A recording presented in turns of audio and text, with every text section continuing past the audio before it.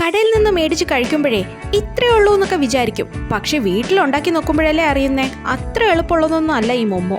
ആദ്യം വെജ് ഫില്ലിങ്ങിന് വേണ്ടിയിട്ട് എണ്ണയിലോട്ട് ഉള്ളിയും പച്ചമുളകും ജിഞ്ചർ ഗാർലിക് പേസ്റ്റും ക്യാബേജും ക്യാരറ്റും ഇച്ചിരി ഉപ്പും കുരുമുളക് പൊടിയും കൂടെ ചേർത്ത് നല്ലതുപോലെ വഴറ്റി മൂടി വെച്ച് വേവിച്ച്. ഇനി നോൺ വെജിന് വേണ്ടിയിട്ട് മിക്സ് ചെയ്ത് ചിക്കനിലോട്ട് ജിഞ്ചർ ഗാർലിക് പേസ്റ്റും ചോപ്പ് ചെയ്ത ഉള്ളി പച്ചമുളക് മല്ലിയില ഇച്ചിരി ഉപ്പും കുരുമുളകും സോയ സോസും കൂടെ ചേർത്ത് മിക്സ് ചെയ്ത് വെക്കാം. ഇനി ഡോ ഉണ്ടാക്കാനായിട്ട് മാവിലോട്ട് പാകത്തിന് ഉപ്പും ലേശം എണ്ണയും ആവശ്യത്തിന് വെള്ളവും കൂടെ ചേർത്തൊന്ന് കുഴച്ചെടുക്കാം.